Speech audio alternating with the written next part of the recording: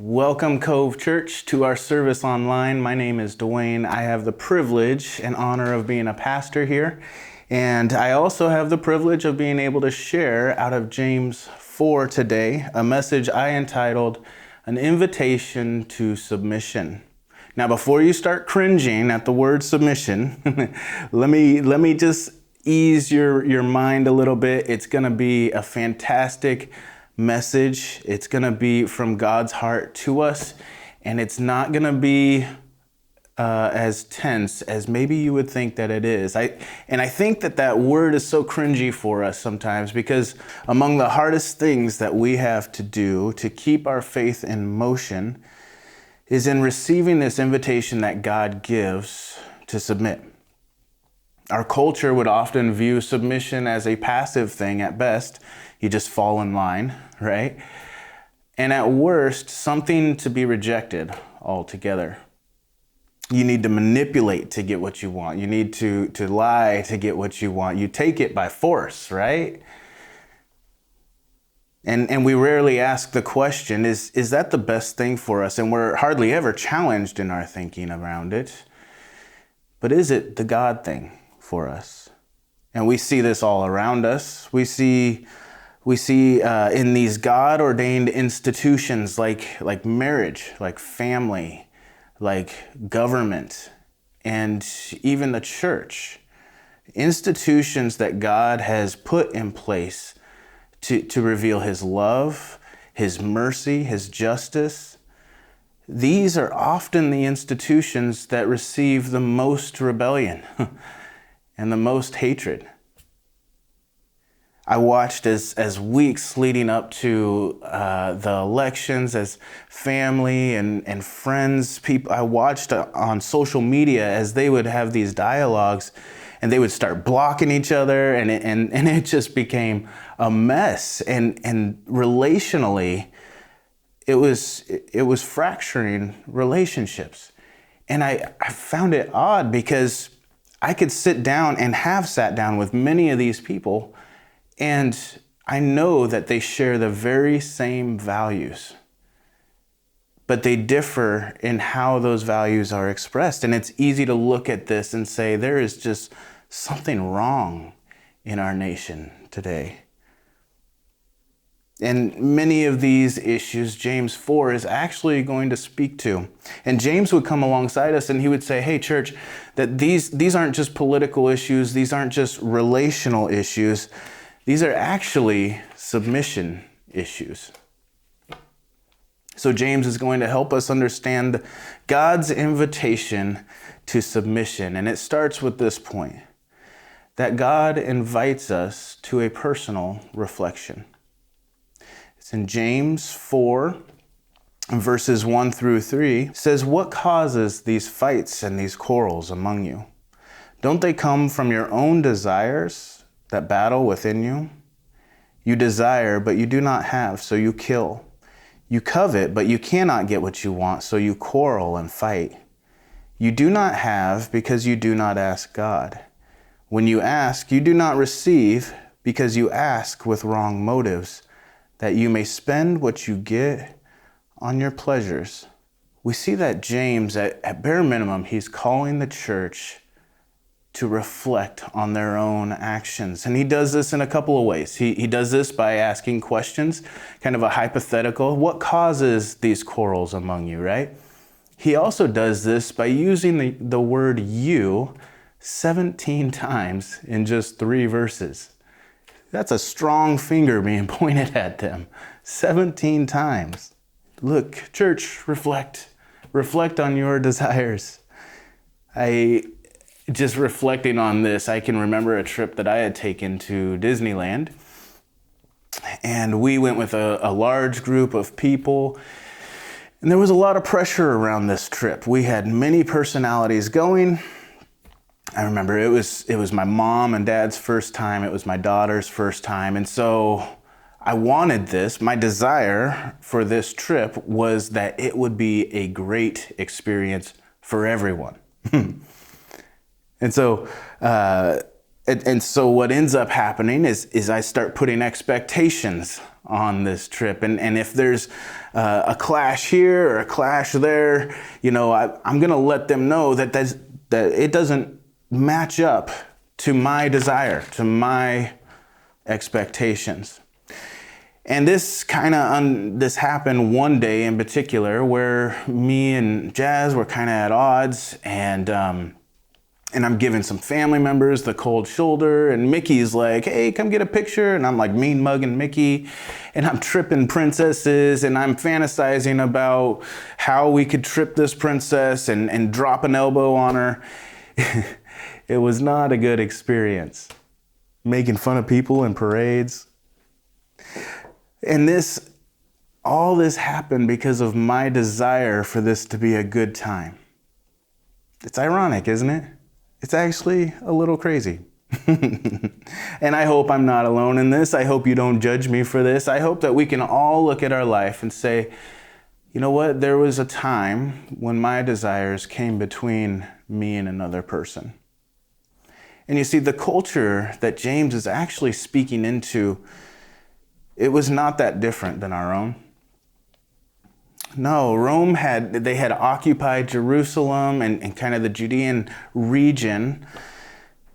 And there was political unrest and civil tension everywhere.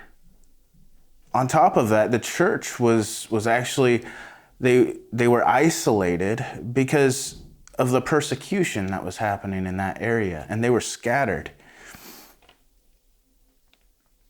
So Rome, when they had taken over in this region, they had actually enacted a class system, much like our own, but a little bit more extreme. And the motto of the day is you are only as good as what you offer to society. So, as a result, certain groups of people, they were being segregated, they were being oppressed, and all the while the rich were getting richer and oppressing the poor who were getting poorer. And you see, this clashed fundamentally with the Christian perspective, namely in that God had called his people to be a voice for the voiceless, to look after the oppressed, to look after those who were segregated and that society had thrown out. And so what the church actually ended up doing, and many of the Jewish leaders at the time, is the religious conservatives, they would start to form rebellions. They started to form militias, and through military force, they were trying to overthrow the Roman government. And why? It's because their desires, even good as they may have been, it motivated them to kill and to covet what others had. In short, they were trying to bring about God's will in their own way. So what is the answer for us? It would appear, according to the text, that God actually has a relational standard. And James says you do not have because you do not ask God, or you ask God with wrong motives. Maybe reflection is not what we have thought that it is to be. Maybe we've got this wrong. It seems as if God actually wants to be part of the conversation. He wants to be included as we reflect on our own desires and our own motivations. Which makes sense, right? I mean, any time that I just go into personal reflection mode, I find a lot of stuff wrong with me. And I'm my worst critic, and I can judge myself very, very well. But what ends up happening is, in order to fix this issue, I create more expectations on myself. And it gets tiring, and it's frustrating. Because I can never live up to even my own expectations. When I had first come to God, there was a lot of things that He was working with me on, and And at this point, there was something that was heavy on my conscience. This was a habit in my life that I knew he was asking me to put down. And I remember the day vividly. I was driving to work. It was a nice day. And I started to have this conversation with God. And I was saying, God, I know that you can take this from me. I know you can take it. Will you please just take it? And I remember he said back 3 different times, he said, do you really want me to take it? And I thought to myself, why is he asking me 3 times? 3 times he's asking me, do you really want me to take this from you? So I was confused for a moment. But I actually came to the conclusion that no, I didn't want him to take it from me. No, that was a source of comfort for me. That was a source of control that I had in my life. But check it, like the process of personal reflection, bringing him into that conversation, he was able to actually break the bondage of denial. He broke the bondage of denial, and he set me on the path to deliverance, a path that I am walking on even to this day. And that is why God invites us to a personal reflection. That's the first thing. Here's the second. God invites us to a worldly rejection. Where in verses 4 through 6 says, you adulterous people, don't you know that friendship with the world means enmity against God? Therefore, anyone who chooses to be a friend of the world becomes an enemy of God. Or do you think Scripture says without reason that he jealously longs for the Spirit he has caused to dwell in us, but he gives us more grace? That is why the Scripture says that God opposes the proud, but shows favor to the humble. There's strong language that James is using here, strong language to issue a strong warning to the church. James is saying not only does being a friend of the world break your loving union with God, but it goes even farther to make you an enemy of his. To be a friend of the world is really about being in agreement with the world. And this agreement, it starts at the point that man is the basic given reality. So what matters in life? Me. I matter in life. It's about my rights, my desires, my expectations. These are the things. This is the starting point for how I interact with the world. And this is in constant conflict with what James says, that the Spirit that God has put in you. Namely, God's rights, God's purposes, God's worth. And what James is saying is when we agree with the world that life is about my desires, if I'm that starting point, then we come in conflict with God, because at that point, it's not about his purposes and his will. There's a telling story in 1 Samuel, and it takes place over a few chapters, 1 Samuel chapter 8 through about 10, and it's actually a very powerful story as to how this mindset can play out in our lives. And it's all about Saul's rise to kingship. Israel was worried because Samuel was getting old in age. There was no one that was going to be able to take his place as the prophet. And as the prophet, you were the spokesperson for God, who was your king. He did lead you at this point. So they looked around to these other nations and they said, well, these other nations, they all have kings. So we want that. We want a king also. And it's interesting because God actually lays out some warnings for them. That if you go down this road, I'll give you what you want, but if you go down this road, these things are going to happen. And I'm just going to summarize for the sake of time, but I think it's worth noting these warnings. And you can find them, you can read them yourself in 1 Samuel chapter 8, verses 10 through 18. But among these warnings were taxation, that money was going to be taken from you to go for the king's agenda. There was going to be drafting. So your oldest child would be, your oldest male child was going to be taken to do the bidding for the king. He was going to fight for the king. There was going to be giving away of their land, and there was going to be giving away of their property, the best of their harvest, the best of their cattle. Those would all go into the king's service, and even their daughters. Their daughters would be taken to work in the king's palace. All the while, they would become slaves to this king. And you would think that at that point, Israel would be like, no, let's swipe right. Let's kind of move back, rewind.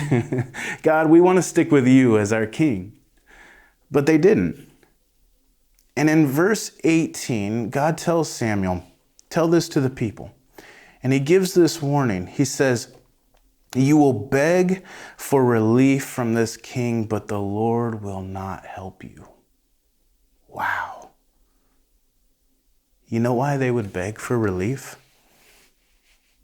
Because they had replaced God as their king for a fallen man as their king. A shift had happened in their thinking and in their attitude. And that shift was they went from God's purposes, God's rights, God's worth, to their own desires, their own worth. It's like God is saying, look, if you put your hope in this world, it's going to leave you tired. It's going to leave you exhausted. And I think if we're all being honest, there's some of us that are really tired. We're tired of placing our hope in political figures. We're tired of placing our hope in doctors. We're tired of going to the same comforts and the same distractions. And we're tired of placing our hope in our own achievements. We're just tired. And James says that God is jealously pursuing the spirit that he has put in you, that he's made to dwell in you. Friends, this is the greatest news ever. This news means that he's not going to settle for anything than what's best for us. And James says that there's more grace. There's more grace for us if we can humble ourselves and receive God's invitation to a worldly rejection. That's the second thing. Here's the final thing, that God invites us to a shared reception. Verses 7 through 10, it says, submit yourselves then to God, resist the devil, and he will flee from you. Come near to God, and he will come near to you. Wash your hands, you sinners, and purify your hearts, you double-minded. Grieve, mourn, and wail. Change your laughter to mourning and your joy to gloom. Humble yourselves before the Lord, and he will lift you up. James is pointing out this amazing promise. He says to draw near to God, and God will draw near to you. And then he ties our ability to draw near to God with a posture of the heart. He says that if you grieve, you mourn, you wail, you change your laughter to mourning and your joy to gloom. In some ways, these things actually produce a humility in us. So how does that happen?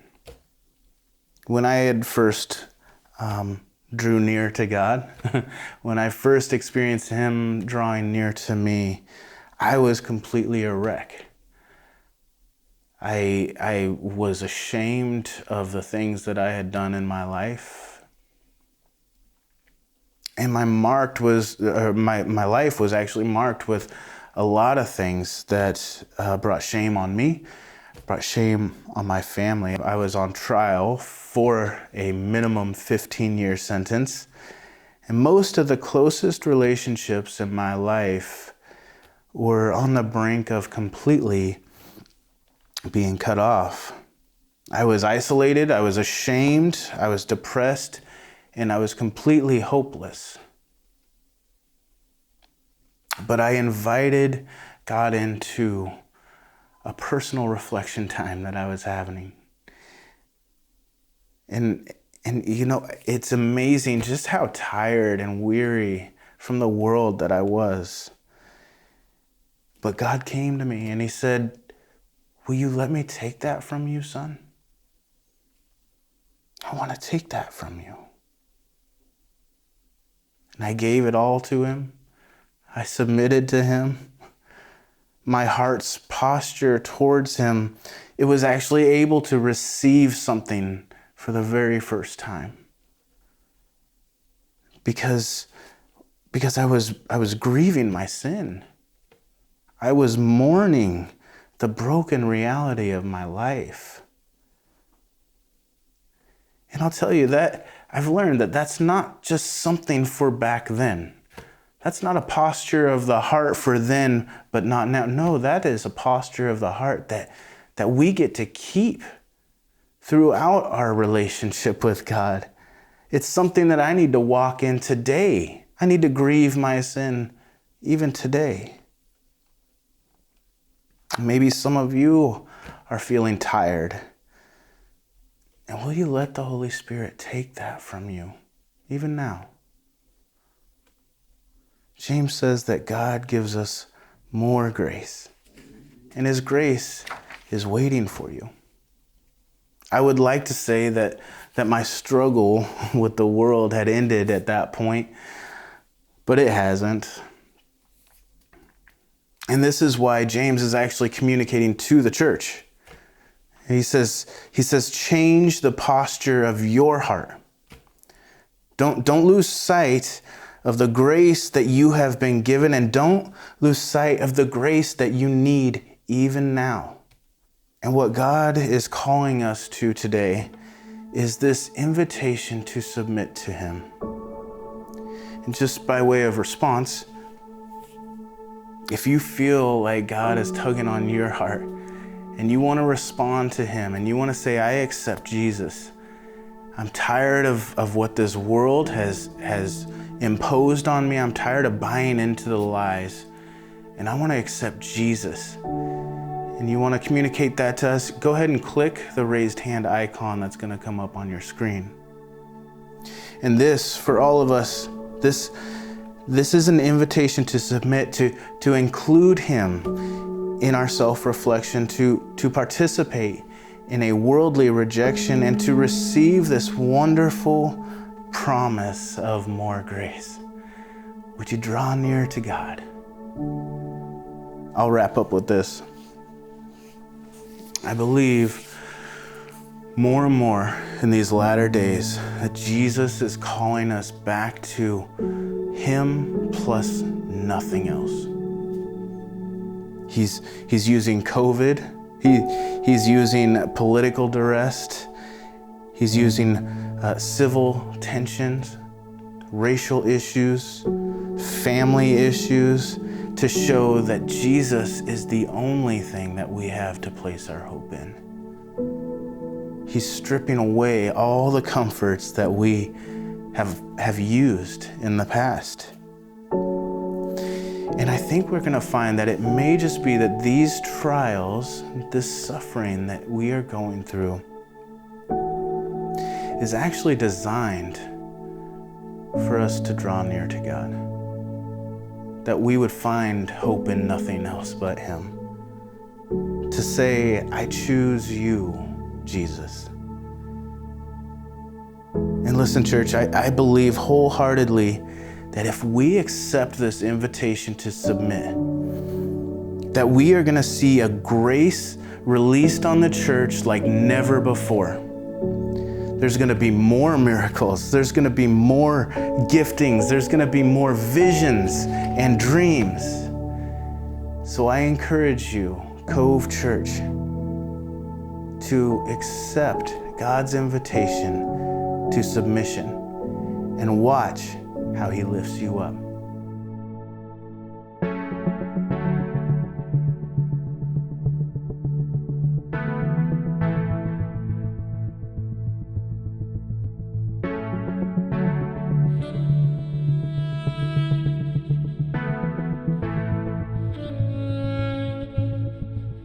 Lay down my rights, lay down my life. I will abandon all of my pride, focus my eyes away from myself. You become greater, I become less. You be lifted high, you be lifted higher. I belong to you, I am nothing without you. You be lifted high, you be lifted higher. I belong to you, I am nothing without you. Jesus, be all, consume every part. My greatest desire, I give you my heart.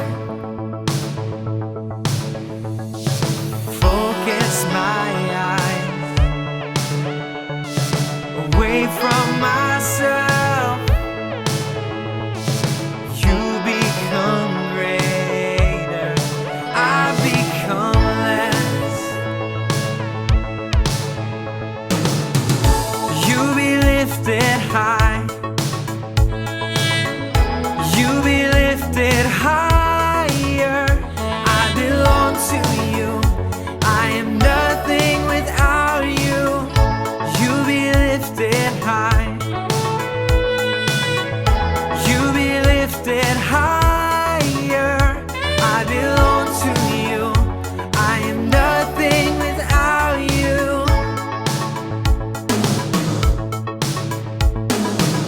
In every victory, in every trial, my soul will sing, be lifted high. With every heartbeat, all of my life, Jesus forever be lifted high. In every victory, in every trial, my soul will sing, be lifted high. With every heartbeat, all of my life, Jesus forever be lifted high. You be lifted high, you be lifted higher. I belong to you, I am nothing without you.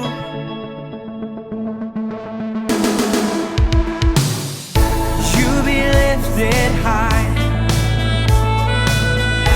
you be lifted higher. I belong to you, I am nothing without you.